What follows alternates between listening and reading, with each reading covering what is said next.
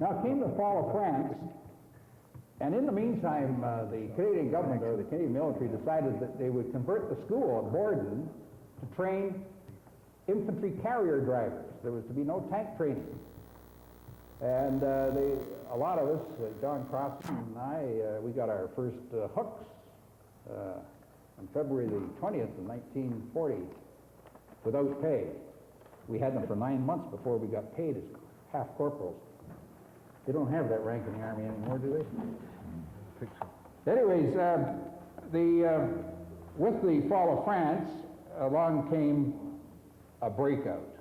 Tanks were going to be produced, and along came the formation of the Armored Corps, the Canadian Armored Corps. Now, it's interesting when you read C.P. Stacy's book, History of the Second World War, Volume 3, I think it is, that his word is that Currar prepared the document and sent it to McNaughton, and this is the sequence of events. It's true. And McNaughton said, by all means, form an Armored Corps. And I, digging through the documents in Ottawa, found that the original submission was Worthington's, and I've got a copy of it here. He prepared that document in Camp Borden in June or July 1940, and I don't know, it went faster than that proverbial stuff through a goose, because, boy, it was within days that McNaughton had received a wire summarizing all these suggestions, and McNaughton's thing came right back.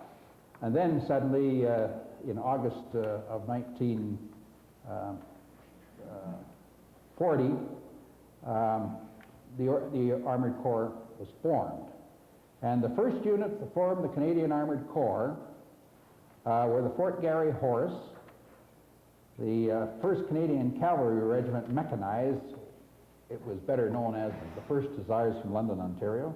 The Ontario Regiment, the Three Rivers Regiment. So they were the first units that developed into the Armored Corps. Before it was all over, there were more than 71 units of various types that formed the overseas Canadian Armored Corps. So from a very, very small nucleus of 18 men in London, Ontario in 1936, this blew up into a mammoth organization in the Canadian Army, 2 armored divisions, 2 independent armored brigades, and all the multitudinous number of units like the Armored Personnel Carrier units, and then it was part of the 79th Division.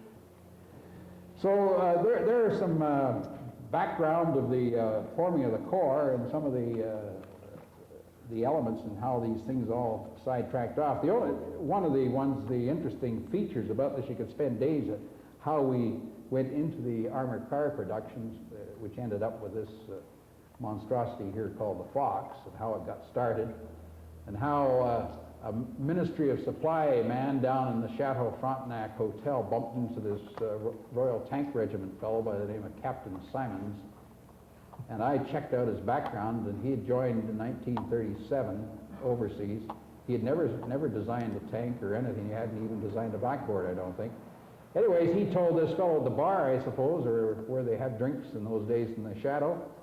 And the first thing he knew, he was on his way to Ottawa with a French Colonel Preval, and suddenly they developed a design for an armored car. They did a couple, as a matter of fact, because Hamilton Bridge did one, and there's a picture of it back there. And that was more or less the forerunner, called an experimental armored car. And John Crossan's got some excellent pictures of that up at Camp Borden, where it went through tests.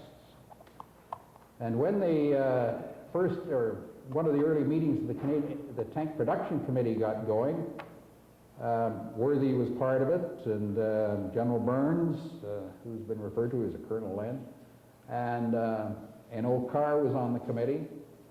And at this particular meeting, the Brit came along, and this is where they talked about going on to do something with the British, at least with the American machines. But they were talking about the production of armored cars, and Burns wanted to have this experimental armored car continued and the wrinkles ironed out of it and turned into a full-scale Canadian production. Carr On the other hand, he was still waving this flag of standardization with the British, and he said we should go and use the British Damer or the Humber, and then Sid Swallow mentioned the follow-up on that yesterday. Now I'd like to turn over to the other two who've had a considerable amount of experience. John Crossan here was possibly more familiar with the AFB vehicles than many of us, possibly Ollie's about, or George Farmer's about the only one possibly could match him, because he was part of the experimental wing. Now that's an oddity too, because when he set up the school, when they got some manpower, he knew that nobody knew anything about this business, and so he set up an experimental wing to carry on and test and experiment with vehicles, and he became kind of the proving ground for a lot of Canadian military stuff in the early days of the war. And then we'll go on to Archie McGuinness, and then we'll end up with John down at the end. My career with the Armored Corps School was relatively short, as a matter of fact, but interesting. I was pre-war militia, and at the start of the war, our numbers for the Armored Corps started at 4,400, and that is Jack's number. 4,400, I'm 4,406. I thought I might touch not only on vehicles, but on uniforms at that time. Our walking out dress when I first went there was a white armband with the Orvium stamp on it, which to people who didn't know was quite interesting. Then we got a black tank suit, which consisted of an oversized blouse and pants, and that was our walking out uniform for some time.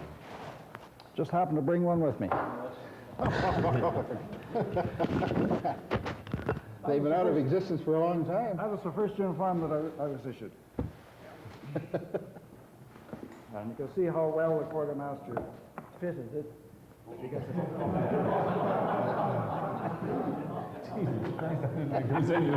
Thanks, Archie. That's great. Anyway, that was our walking out uniform. Needless to say, we didn't have any trouble with girls following us around or anything in those days. But again, I say it was very interesting.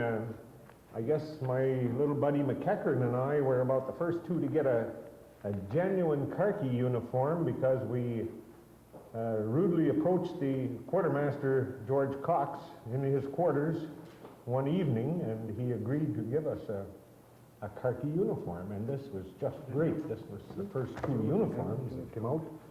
High button collar and various buttons and gas treated. Now, if you've ever had a uniform that was gas treated and we're out in a rainstorm, I'll tell you, the smell was something else.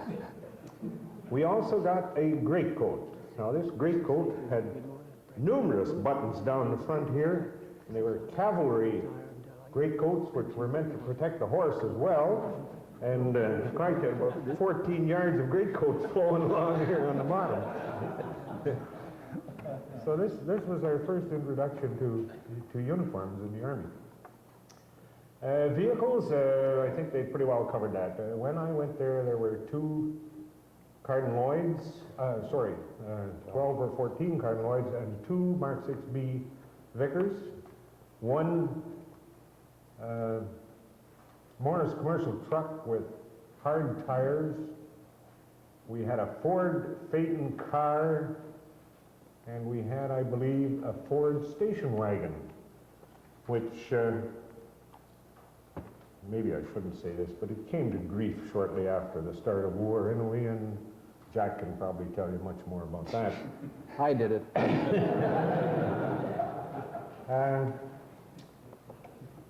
I was with A8 for some time, and when they formed 1st Army Tank Brigade, I went to 1st Army Tank Brigade headquarters, which was in Borden at that time. And when they formed the experimental wing, I asked to be posted to the experimental wing. Jack said it was an oddity in itself, and it was rightly named because it was composed mainly of oddballs.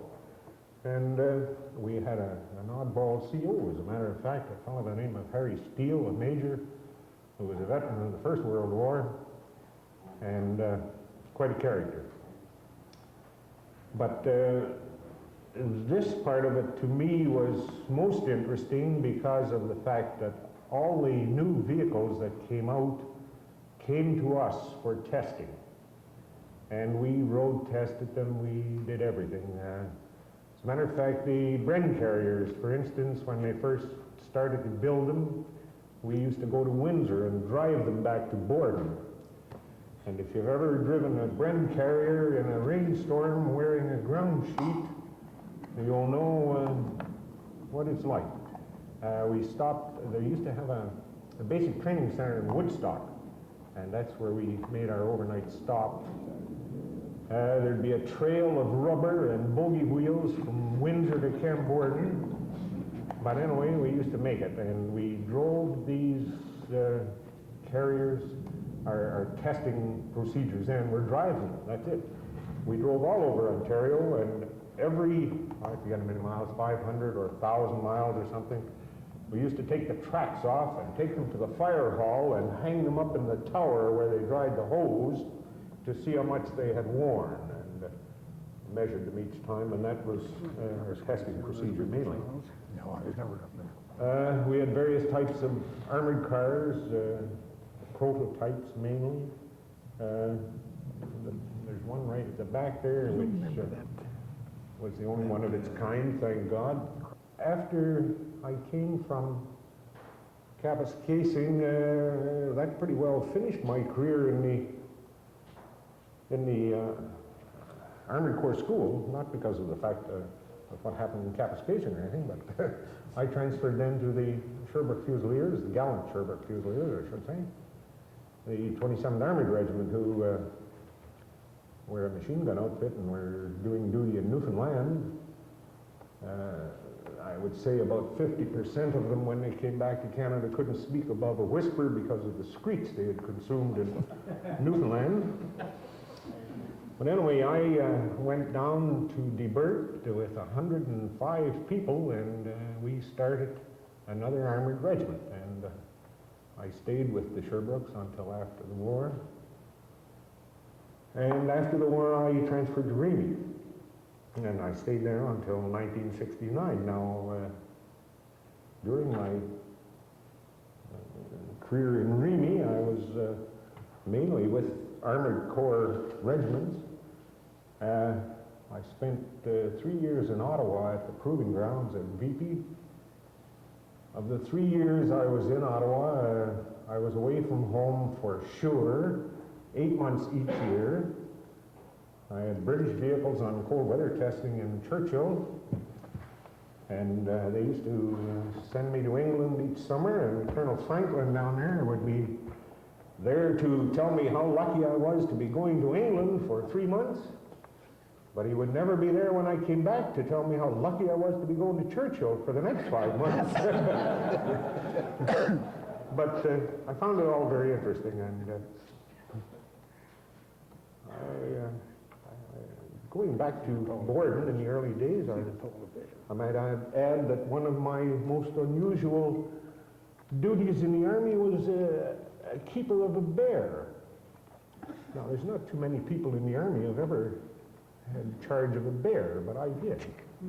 And that was interesting in itself. Come on, you've opened it. You might as well tell us. No, that's about enough. I'll tell you how I came to. I'll tell you how I came to get this bear. As a matter of fact, we had a captain, I guess he was then, Frank White, and he had an old panel truck, and we were all sitting around, a bunch of young kids, this Sunday night, and up he drives with this panel truck, and it's just about dusk. He walked around to the back, opened the door, and he brought out this chain. He said, "Here, Crossan, this is yours." So foolishly, I took it and pulled it out, not knowing that on the other end was this bear. And anyway, that was my job, and I used to take it down to the canteen at nights where it could consume considerable beer quickly, and Worthington had the carpenter build a beautiful house for it, and we filled it all full of straw, and the bear's first job was to carry the straw all outside. And it wouldn't stay in the house at all, and eventually, because of the fact that I was feeding it every day and was the only one that could go near it really with any safety whatsoever, eventually Worthington called me in one day and said, I think we better get rid of that bear, and I fully agreed with him, and so we took it away out in the bush and let it go, and the next year I was gone, but apparently the bear came back and wandered around the camp by itself and used to sneak into the kitchens and that, and eventually it ended up with a farmer's herd of cows, and he saw it, and not knowing it was a pet bear, shot it. Okay, Archie McGinnis. Well, you've heard from all the people who really dealt with the vehicles, excepting for Bob Harris here, who was a gunnery person, and I was a gunnery. I was picked up by Worthington on one of his swans that he was prone to take just at the outbreak of war, and he was looking for recruits, and he would put together a few vehicles, and he'd take a swan through Barry, and he'd take a swan through, eventually I can recall going on one with George Farmer. He was in the same vehicle as I was, down around Kitchener-Waterloo, where we were looking for recruits.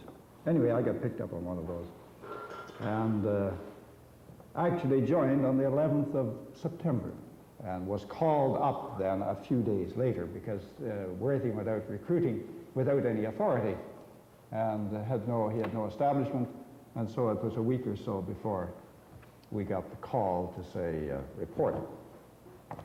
As John said, when we went in, we had no uniforms, and we were not permitted out for quite some time, and then eventually, because uniforms were so slow coming, they gave us a white armband with the orderly room stamp on it and let us go home for a visit. Then we got the likes of this, and they didn't very much like for us to go out wearing this sort of thing, but that's all there was. We didn't like very much wearing it either. I got involved in the gunnery school at a very early date.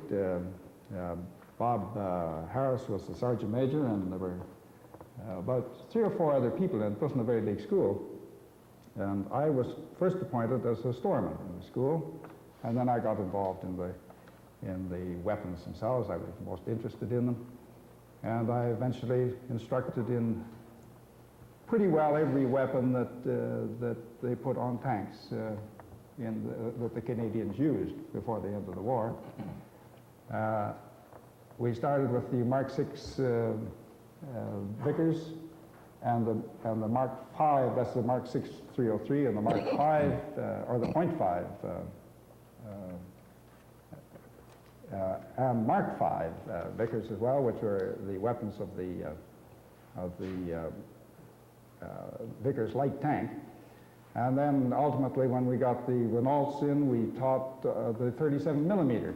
And they had rounds that were about that long and fired a shell about the size of an egg. They were like a pop gun. And then ultimately we got the Valentines with the 2-pounder, and later the 6-pounder, and other types of weapons of a little gradually expanding dimensions.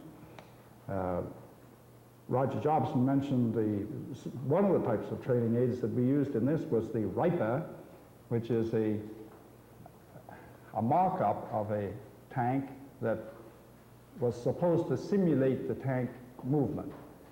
But unfortunately in this it would roll and yaw and pitch and oscillate, but we became so accustomed to the form that the movement took that we could actually drive tacks when we got on to using 22 rifles. You could just, you became so competent at it that there was no fun. One of the vehicles that we had in Camp Borden at the time, although as I say, I wasn't all that interested in them other than as gun platforms and methods of transportation, was an old Leyland hard-tired truck. Don't you remember that one? That was a Morris commercial. It wasn't a Morris commercial. Certainly it's still It was a there, as a Leyland. matter of fact. Where's Frank? That's Frank. But anyway, it was a very interesting period. This was during the old CAFVS days, and when it later became the training center and AA training center. Then when A9 was formed in, I believe, the 1st of July, 1941, I went to A9 as the Sergeant Major of the Gunnery School, and was there for about 5 months, and didn't have a particularly agreeable time with the chap who was appointed as the school OC. And we used to not see eye to eye on many things. And he felt that the only way he could get rid of me was to send me down for a commission, and that's how I got a commission. I went before E.L.M. Burns, who was then the G1 over at camp headquarters that Roger Jobson mentioned, and he asked me 2 or 3 questions, like what's the difference between a battleship and a cruiser, I recall was one of the questions he asked. And I was fortunate in being able to answer that one correctly, and about a week later I was down in Brockville.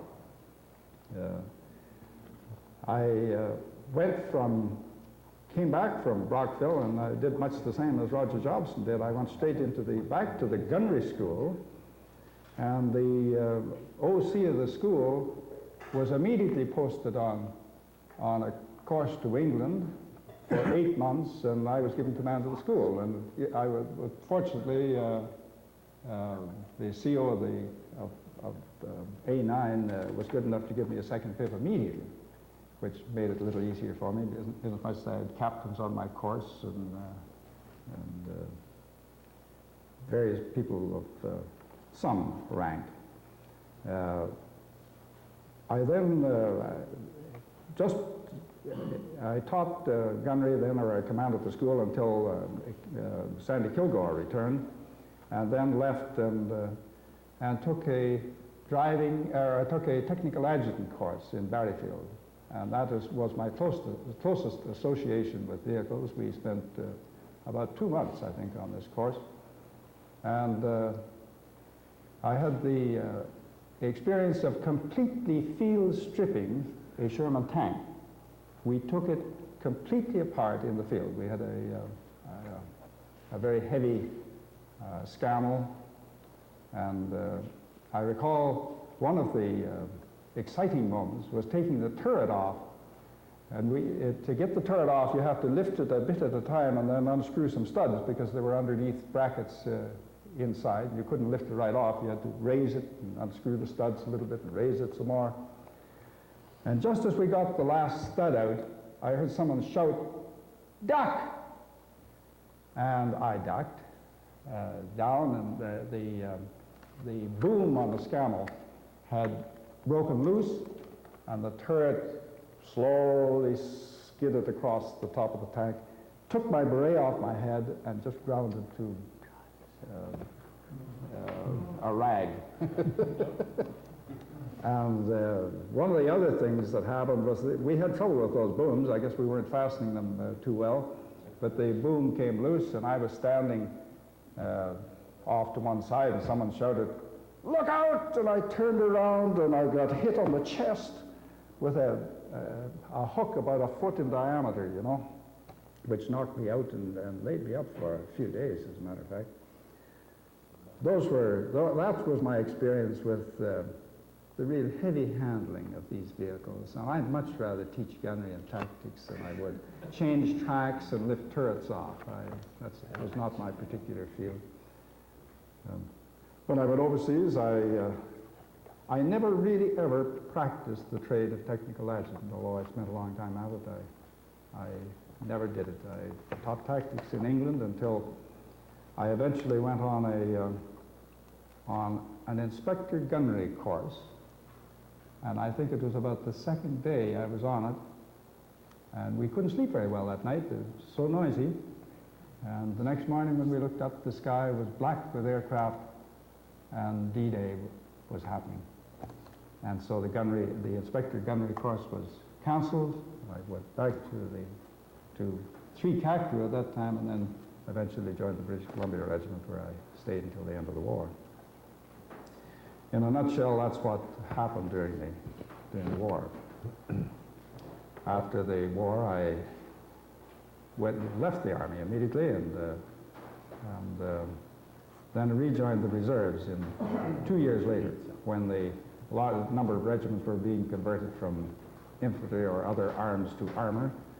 And I went in as a squadron commander in the Queen's York Rangers, and then eventually commanded the regiment, and then commanded 15 Mill Group in Toronto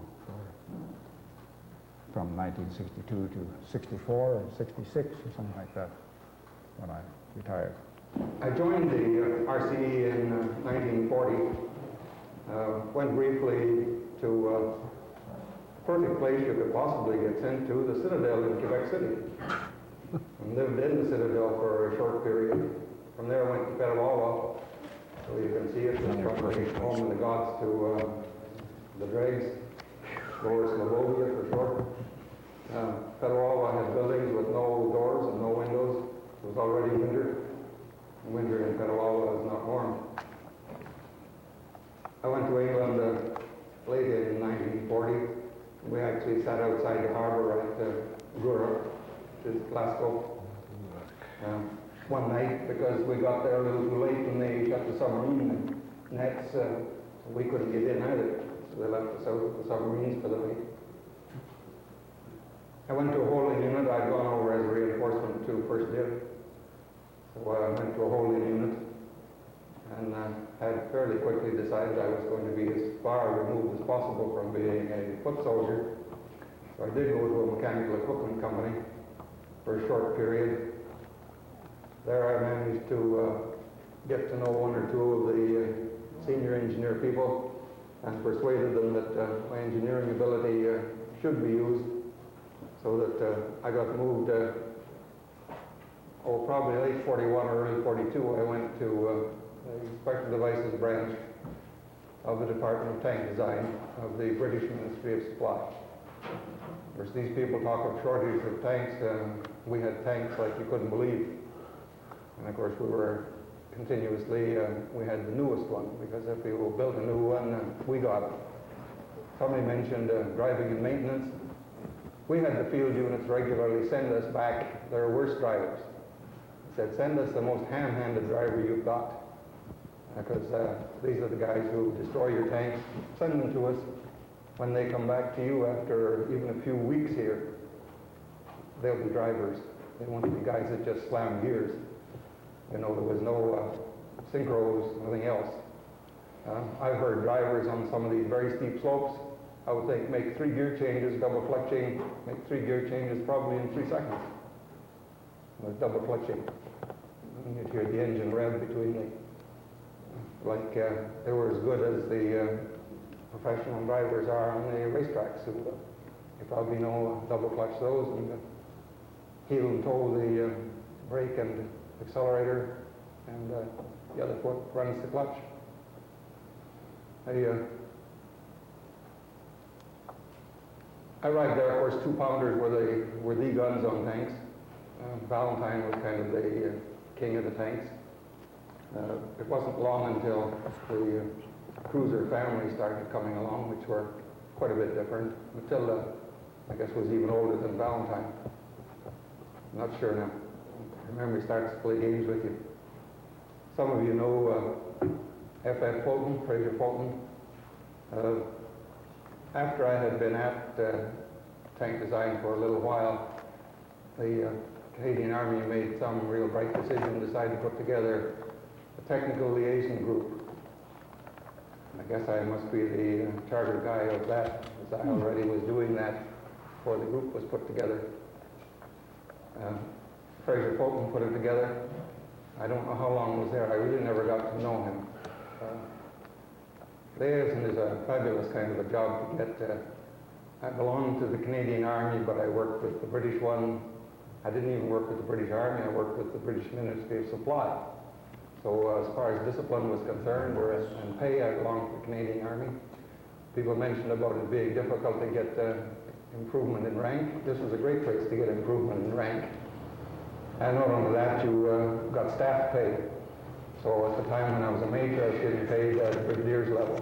I'm getting paid as a grade 8 staff officer. Now, you look back at it and think it must be all wrong to do that, because why should a staff officer get paid more? He's got a cushy job where he doesn't even get shot at.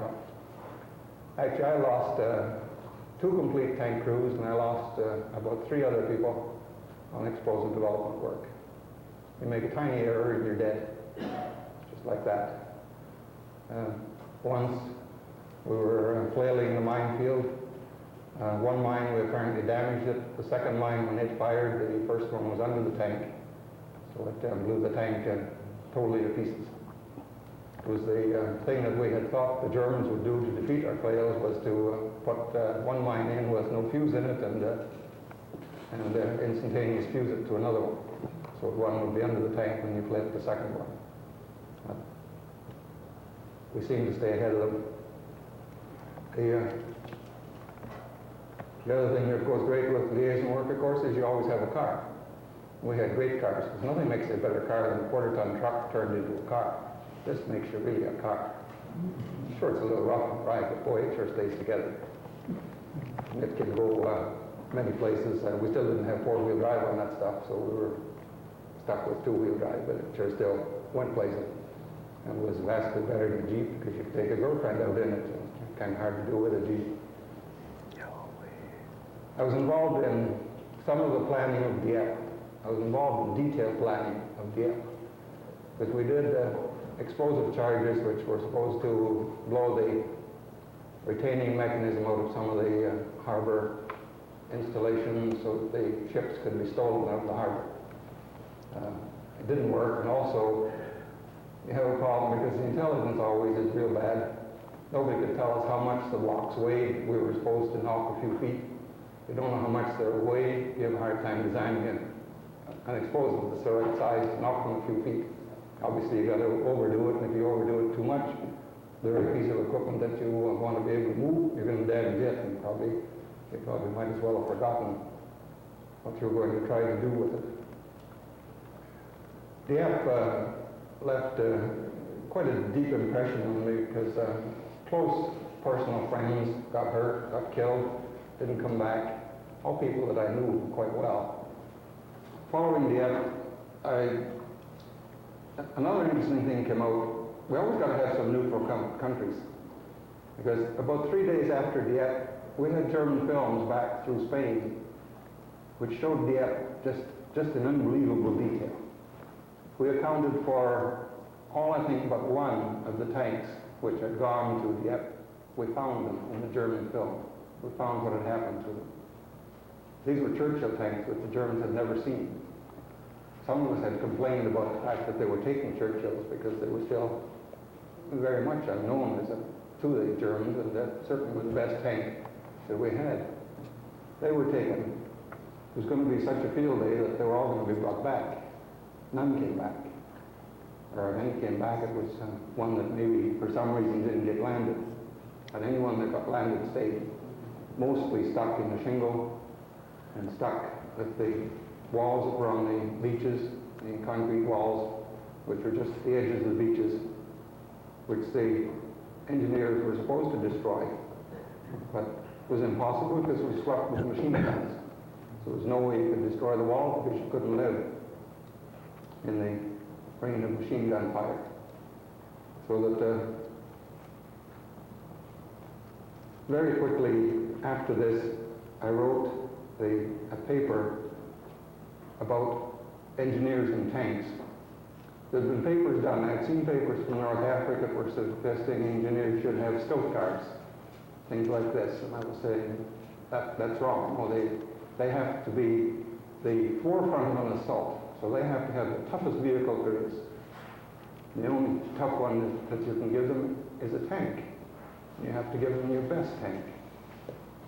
And the history book's interesting enough. It's the kind of things that you forget, but the history book, Stacy's, and the RCE one, both say that 8 days after the raid, I presented the first formal paper to the General Staff, suggesting engineers in tanks.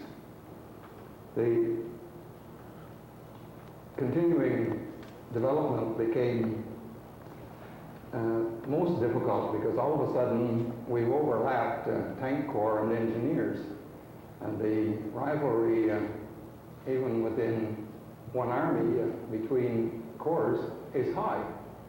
There's no way where the tank people are going to give up tanks, give them to engineers who knew nothing about tanks. They're just going to drag people and explosives around.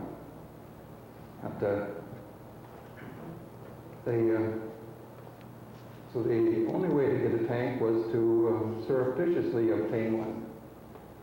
Now, the newspapers made great headlines of it, and the headlines were worldwide. I got headlines in the London papers. With the aid of a girlfriend, he stole a tank. Makes a fabulous headline. Now, I outranked the girlfriend by many ranks, so she didn't have much involvement in the fact that I stole a tank. I told her to need a tank, and she has to be slightly cooperative in letting me have one. So I don't have an official piece of paper that says I can have one, but I outrank her. So say, if you have any trouble, just tell them I took it. We took it to this mechanical equipment company that I had served with briefly and who had become friends. We took it there and we stripped it and we rebuilt it in what we thought should be the style to use with engineers. At that stage, we hadn't visualized putting a bomb thrower on it, although I had been doing a little work with bomb throwers. We were doing a lot of work on destroying 6 feet high, 6 feet thick concrete walls. We had built these in many places in the south of England. I'm sure the exploratory airplanes that came and had a look must have been real confused by these strange walls that were a couple of 100 feet long and sat out in the fields. We're trying to develop single devices which the tank could carry and set on the wall and blow it down so the tank could get through it. Well, that's fine if the wall is exactly 6 by 6, but what if the wall is 6 by 7 or 7 by 6? Your device doesn't fit anymore, and your explosive charges have to be exactly designed for the obstacle. And if for some reason your explosive charges don't fire properly, you've only done part of the job, so you've only got part of the opening that you need. So following one of these demonstrations in the south of England, I was introduced to Colonel Blacker. Colonel Blacker is the Fiat guy. Well, the Fiat was a spigot mortar gun, was the forerunner of the American one, what they call it? Bazooka. Bazooka, yeah. It was the forerunner of that. So we did this with the tank side. So we now had a spigot mortar which could fire 30 or 40 pound round, something like that, which made depending on how good the quality of the wall was, 8 or 10 of them would make a hole in a 6 feet thick, 6 feet high wall. And the engineers did it from the total cover of the vehicle, so that they have to be exposed to the fire of big guns, not just machine guns, to be put out of action. They also, of course, have the advantage that if they want to get out, the Churchill even was nice. It had doors on the sides. Some of you probably know that Churchill has doors on the sides if you're big enough for a man to get out. So, the paper that I wrote, the second paper, much developed the first one. But in between the two papers, my boss had a very stern letter from the British Chief of General Staff saying that they knew about this development and that tank design couldn't in any way participate in it, but they could be an advisor and they weren't to devote any time at all to it. Again, I was in a nice position of being a liaison officer and not tied to anybody, so I do what I feel like. I told my boss, of course, who was at that time a Colonel Reeves, who had come back from North Africa injured, and who was very sympathetic to the idea, but so told me that he had to warn me that I couldn't have his support if there was a problem over the tank, which he knew then the modifications had already been done. In the same sort of way, you finally talk more and more senior people out of the military structure to look at what you've done. And another interesting thing in England that made things much easier to do was that the excess profits set up that existed there made manufacturing companies very willing to do anything for you because they didn't care what it cost. And in the position I was in, I could sign their authorizations to replace any material they used. And probably I replaced quite a bit more than they used. But this was all they needed. So they built all kinds of stuff for us at absolutely no charge. I was back in Canada and the U.S. during that period, quickly.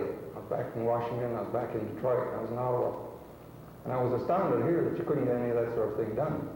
I saw the same sort of opportunities here.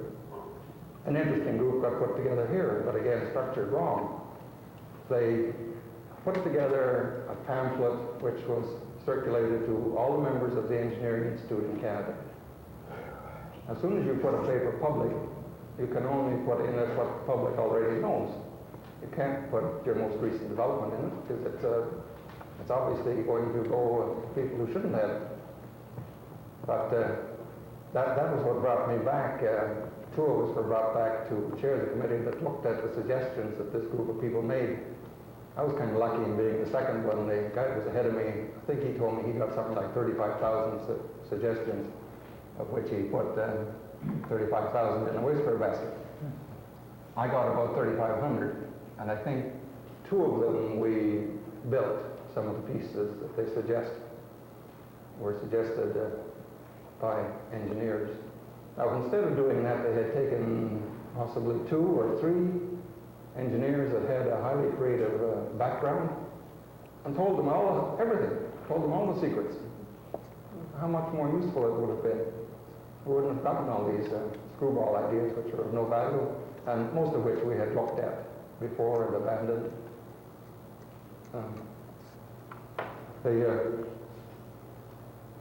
The continuing development of the engineer tank went on, and we demonstrated them. And at about that same time, they realized that General Hobart was really a genius and that he should be brought back and put actively to work, and the thing that he should do is plan the invasion. So you probably know he put 79th Armored Division. It was a division. He put it together. And my boss at that time, Colonel Reeves, became the adjutant in that division. These are the sort of lucky things that happen also.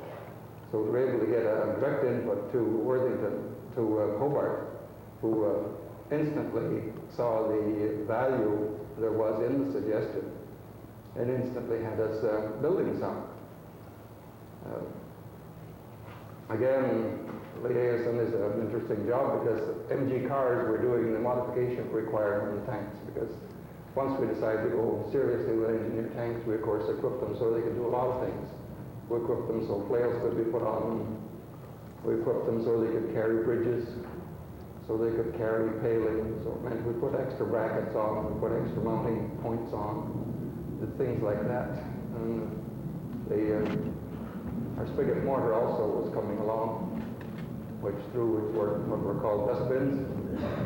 We had one interesting monitored telephone call from me to ICI, who were doing the development of the explosives. And we had talked something like 40 minutes about dustbins. Any of you who are from England know that a dustbin is a waste paper basket. And we had spent 40 minutes talking about them on long distance lines. It was a pretty nasty note came to us saying 40 minutes on long distance lines talking about dustbins. Interestingly enough, while I was at DED in Ottawa, I saw a mine detector which could detect non-metallics. I'm sure it found stones and things like that, but we were sure the Germans were building wooden mines, building plastic ones. So we were concerned about the fact we didn't have a non-metallic mine detector. And again, the impression that you leave when you have come back from a war theater to the peace world. I got that guy to England that same night. He demonstrated it in the afternoon. I was so impressed. I had him on an airplane that night to England to the people there who were doing the mine detector work. These are the kind of things you can do if you wear the right marks on your uniform. The trip to a place like Washington was very interesting because the Americans realized that we were much ahead of them, and we could be of very considerable advice to them. Somebody today mentioned to me that they had acquired a roller. I talked the Americans into modifying their roller very substantially, and also testing it on mines right here in North America before they shipped any. We hadn't used rolls that we had put rolls on tanks, but our rolls were destroyed. So we had 2 or 3 in a row, so we could only destroy 2 or 3 mines in a row. If you lost your rollers, we put them on so they were just destroyed by the mine. You lost it, but you still had one left. Detroit was the same way on them, highly cooperative. Very willing to accept and listen to you. Back in Detroit, I think I was there to spend 36 hours, and we spent the whole 36 hours in their offices. We didn't leave at all. I thought it was too valuable to not use every hour of the time I was there. What else can I talk about? Well, thanks, John. I think we can move on now. I have one more person who I think can contribute something to our discussion on armor development, and that's Ed James. What I got up to talk about was something which I've never said very much about to anybody in the course of the last 40 years, and that is how we transferred from making ram tanks to making to getting Shermans for the Canadian Army. I don't know if many of you are familiar with the operations in the Department of Munitions and Supply, but they had a lot of dollar-a-year men in, and it was very difficult to discipline or do anything with dollar-a-year men.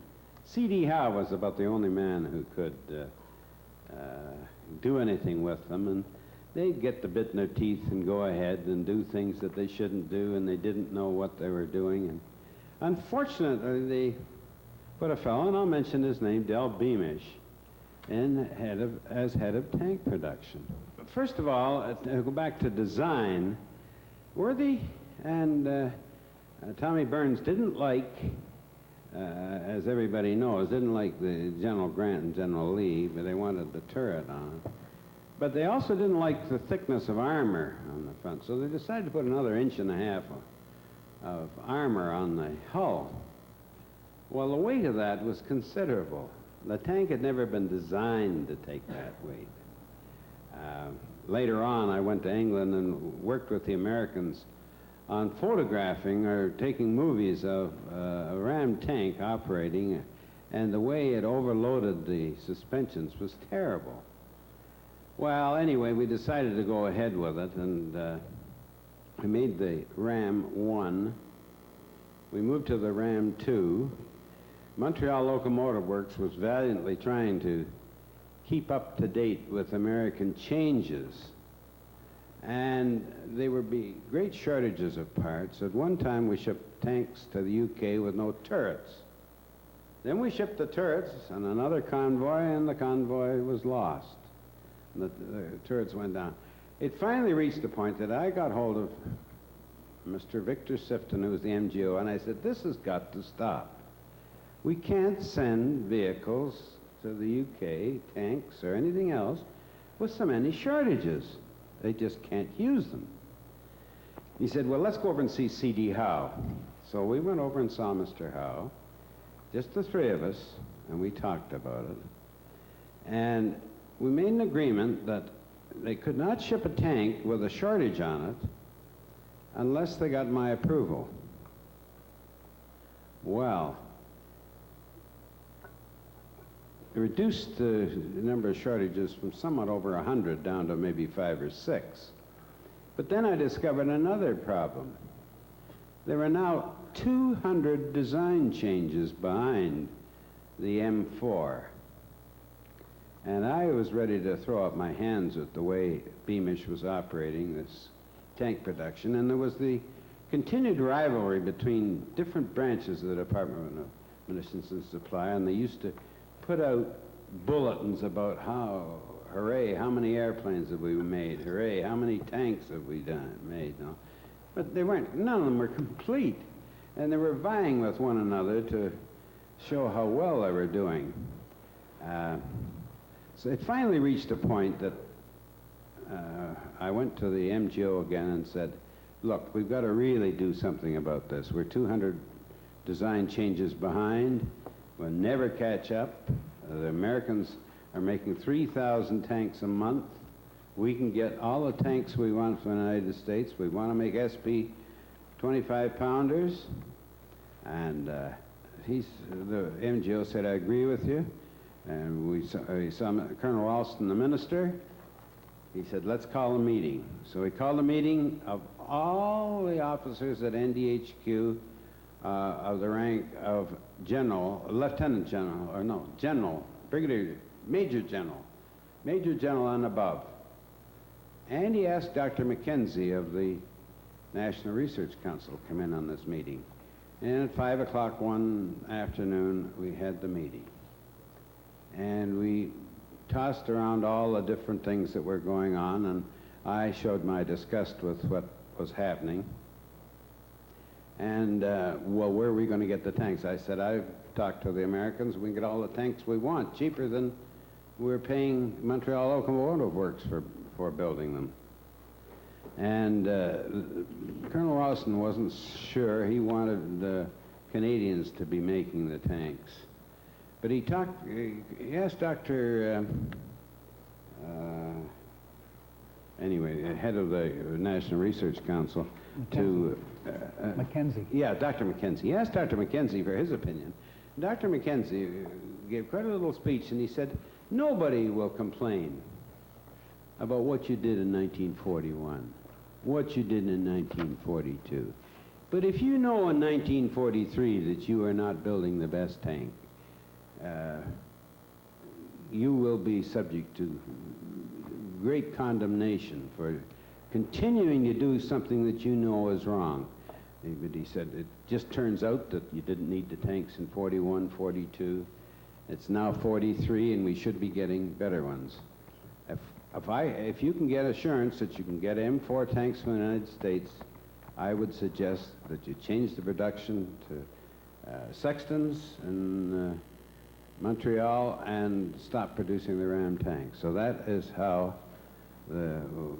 we decided to buy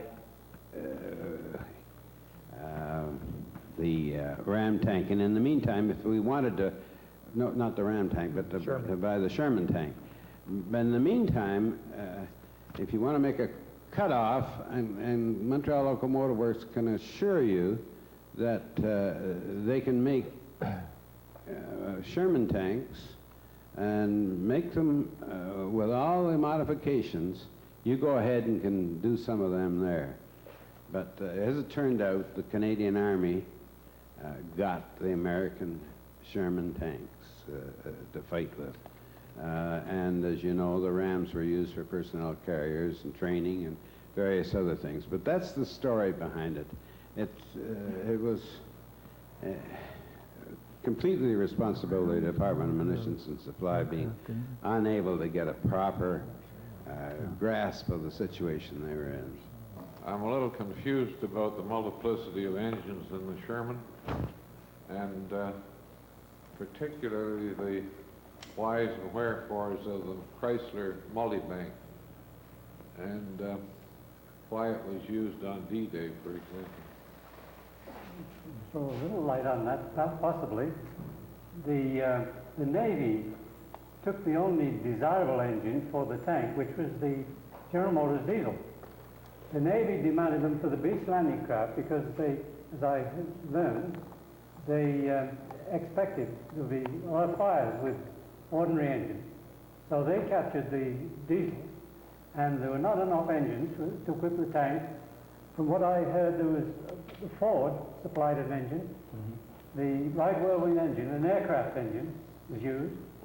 And finally, the multibank, the 5 engines around the flywheel, which was an abortion. You can imagine trying to maintain with all the linkage, accelerators and so on. perhaps someone that's else could add more to this. That's what started. It was the shortage of marine engines, and it really threw the production schedules in the States in a bit of a scupper. And then they got each one of the automobile manufacturers to produce an engine, and each one was given a different number. I can't remember them offhand, but the designated number, like M4A1 meant a certain type of an engine, M4A2 another type, and so on. But I drove all of the engines, of course, because we had them all at Tank Design, and there wasn't a lot to choose between them. Even to destruction on the dynamometer, Chrysler's engine stood up well. They stood up better than the radio. The best engine, in our opinion, that came was the Ford diesel, the V8, which was specifically designed from the ground up to be a tank engine. The Chrysler one was very much an engine they had, an engine that was totally in production. All you had to do was somehow hook 5 of them all together. They were difficult to tune. Sure, you had 5 carburetors, you had 5 distributors, but you didn't have 5 throttles. You tied all the throttles to one foot pedal, that sort of thing. But they weren't.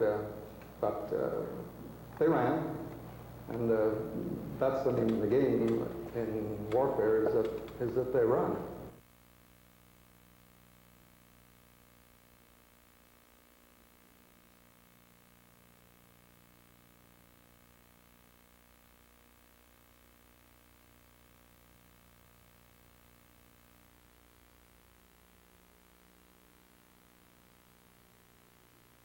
Not only